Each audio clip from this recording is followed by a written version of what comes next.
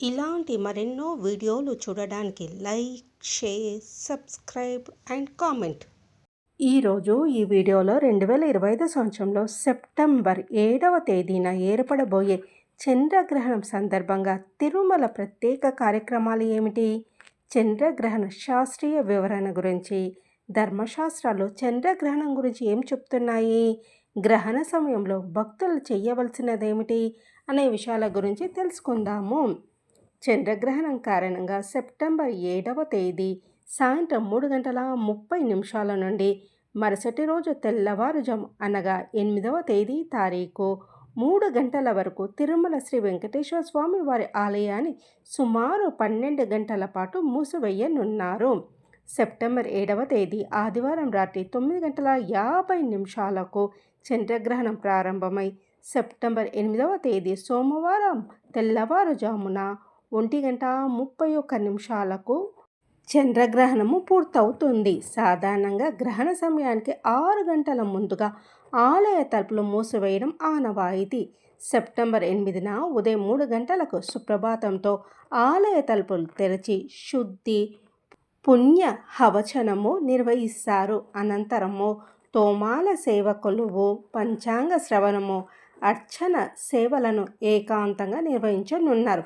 కాగా ఉదయం 6 గంటలకు శ్రీవారి దర్శనము భక్తులకు పునః ప్రారంభమవుతుంది.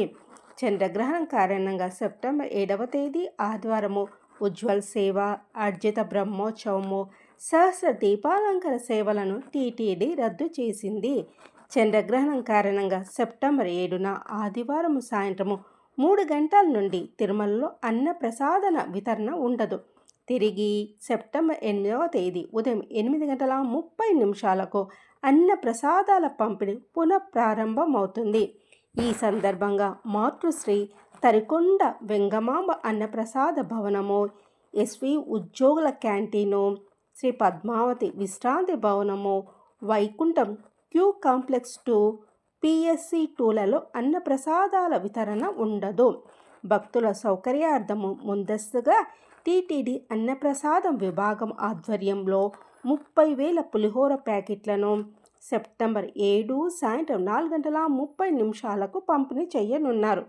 ఇందులో భాగంగా శ్రీవారి ఆలయం ఎదురుగా ఉన్న వైభవోత్సవ మండపము, Ram Bagicha, PSV 1, CRO, ASV ప్రాంతాల్లో ఫుడ్ కౌంటర్లు, శ్రీవారి సేవా సదన్ వద్ద భక్తులకు అన్నప్రసాద ప్యాకెట్లను అందిస్తారు.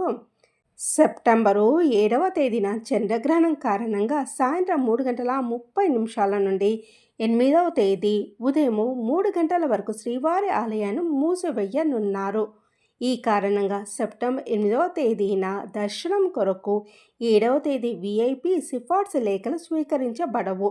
8వ తేదీ నేరుగా వచ్చే ప్రోటోకాల్ ప్రముఖులను మాత్రము విఐపి బ్రేక్ దర్శనాలకు అనుమతించనున్నారు.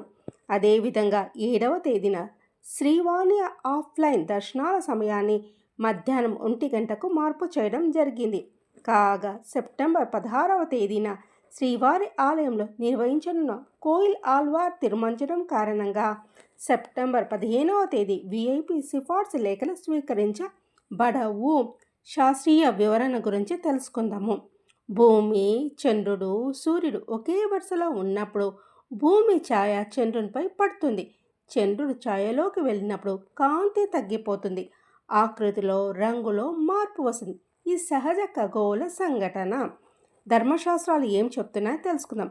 ధర్మశాస్త్రాల ప్రకారము గ్రహణాన్ని అశుభంగా పేర్కొన్నారు.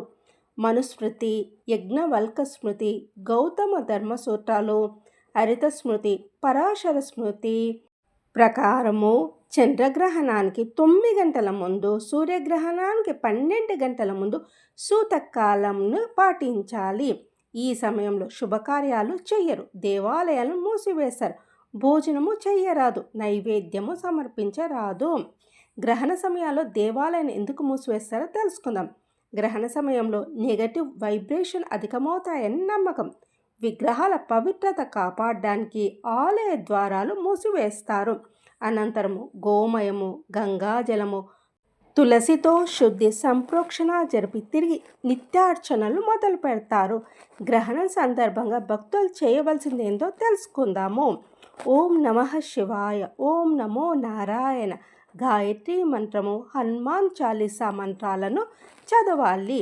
గ్రహణ సమయంలో జపం చేసే అనేక రెట్ల ఫలితం ఉంటుంది.